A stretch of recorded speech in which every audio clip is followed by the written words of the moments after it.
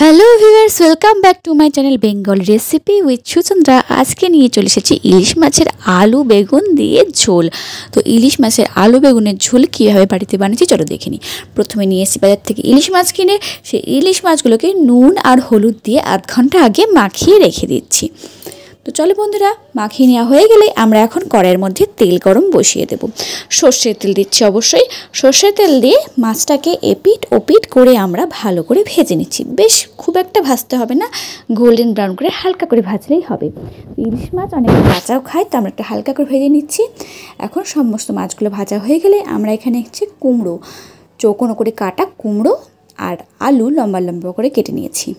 এই মাছের আবার আলু কুমড়ো বেগুন দিয়ে দারুণ লাগে। তো আজকে যেহেতু বাড়িতে বেগুন ছিল না, সেহেতু বেগুন দেওয়া হয়নি। তো আমরা অবশ্যই কিন্তু এই মাছে আলু কুমড়ো বেগুন আর লম্বা লম্বা ডাঁটা থাকে, সেই ডাঁটাগুলো তোমরা দিতে পারো। তো এখন মাছগুলো দেখো ভাজা হয়ে গেছে।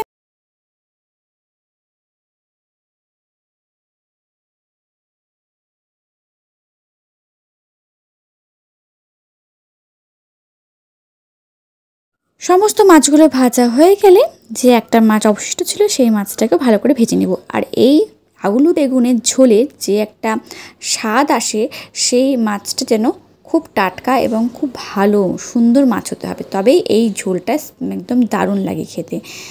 তো চলো এখন আমরা দিয়ে দিচ্ছি কালো জিরে ফোড়ন। কালো জিরে ফোড়ন দেওয়া হয়ে গেলে আমরা এখন দিয়ে দিব কুমড়ো আর আলু। আর এটার নাম যেহেতু আলু বেগুনের ঝোল, তো অবশ্যই কিন্তু বেগুনটা তোমরা দিও। আমি কিন্তু বেগুন বাড়িতে যেহেতু পাইনি, সেহেতু আমি বেগুনটা দিতে পারিনি, তবে এটা দিয়েও খুব সুন্দর লাগে। আলু বেগুন কুমড়ো লম্বা লম্বা নরম নরম ডাঁটা থাকে, খুব ভালো লাগে। তো দেখো নুন দিয়ে দিচ্ছি, এখন কুমড়ো আর আলুর মধ্যে নুন দিয়ে দিচ্ছি আর হলুদ দিয়ে দেবো অল্প করে।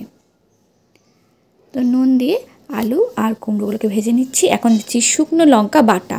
তোমরা শুকনো লঙ্কা গুঁড়ো দিতে পারো, এখানে শুকনো লঙ্কা বাটা দিচ্ছি 1 চামচ। তোমরা যে যেরকম ঝাল খাও সেরকম শুকনো লঙ্কা দেবে। এখানে অল্প একটু জল দিয়ে প্রথমে নাড়াচাড়া করে নিলাম। এখন আমরা দেব জিরে গুঁড়ো। এখানে 1 চামচ, বড় চামচের 1 চামচ মতো জিরে গুঁড়ো দিচ্ছি। জিরেটা সামান্য লাগবে, তো জিরে গুঁড়ো দিলাম।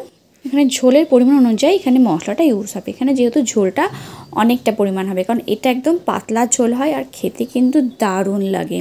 তো এটা আমাদের শাশুড়ি মার একটা স্পেশাল রেসিপি। তো এর নুন দিয়ে দিচ্ছি, 2 চামচ মতো নুন দিলাম। আর হলুদ দিলাম 2 চামচ মতো, ছোটো চামচের। তো এখন ভালো করে কষিয়ে নিতে হবে এই মশলাগুলোকে। এখন আমরা ওপর থেকে সামান্য পরিমাণে জল দেব, জল দিয়ে মশলাটাকে কষাবো। তো তার আগে আমরা প্রথমে ভেজে নিচ্ছি। এবার দেখো অল্প একটু জল দিয়ে দিচ্ছি, এরপরেও ভালো করে মশলাটাকে বেশ কষিয়ে নেব।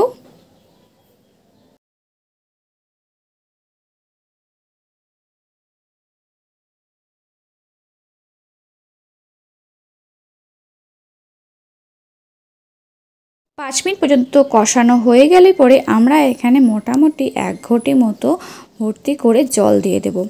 জল দিলে, কারণ এই রেসিপিটা তোমাদেরকে আগেই বলেছি প্রচণ্ড পাতলা রেসিপি হয় এবং গরমের জন্য একদম হেলদি। আর ইলিশ মাছ তো আমার তো দারুণ লাগে। আগে আমি মুখে দিতাম না এই ইলিশ মাছটা, তবে এখন আমার সবথেকে ফেভারিট হচ্ছে এই ইলিশ মাছের পাতলা ঝোলটা। আর সর্ষে মাছ আগে খেতাম, ইলিশ সর্ষে, তো সর্ষের থেকেও আমার এটা বেশি ভালো লাগে এখন। তো এখন জলটা যখনই ফুটতে শুরু করে দেবে, জলটা ফুটতে শুরু করে দিলে আমরা ইলিশ মাছগুলো দিয়ে দেবো। তবে ইলিশ মাছটা প্রথমে বলে দিই, ইলিশ মাছটা কিন্তু একদম যেন খুব ভালো স্বাদের হতে হবে, তবে কিন্তু ঝোলটার টেস্ট একদম দুর্দান্ত হবে। ইলিশ মাছের স্বাদ যদি ভালো না হয়, এই ঝোলটারও টেস্ট কিন্তু খুব একটা ভালো হবে না। এটা হচ্ছে চালের গুঁড়ো। চালের গুঁড়ো একটু জল দিয়ে গুলিয়ে রেখে দেবো। গুলিয়ে রেখে দেওয়ার পরে একটু চালের গুঁড়ো দিয়ে দেবো, যাতে একটু সামান্য ঘন হয়ে যায় ঝোলটা।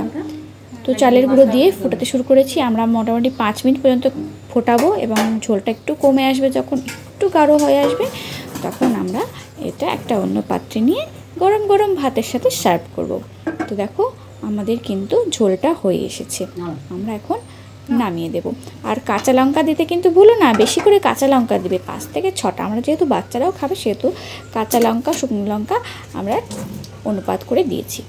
কাঁচা লঙ্কা তোমরা যদি বড়ো হয়, অবশ্যই কিন্তু কাঁচা লঙ্কা 5-6টা দেবে, দারুণ লাগে এর সাথে খেতে। ইলিশ মাছের আলু বেগুনের ঝোল। যদি তোমাদের এই রেসিপিটা আমার ভালো লেগে থাকে অবশ্যই কিন্তু সাবস্ক্রাইব করবে, লাইক করবে আর শেয়ার করতে ভুলবে না আমার চ্যানেলটা। আবার আসবো নতুন একটা ভিডিও নিয়ে।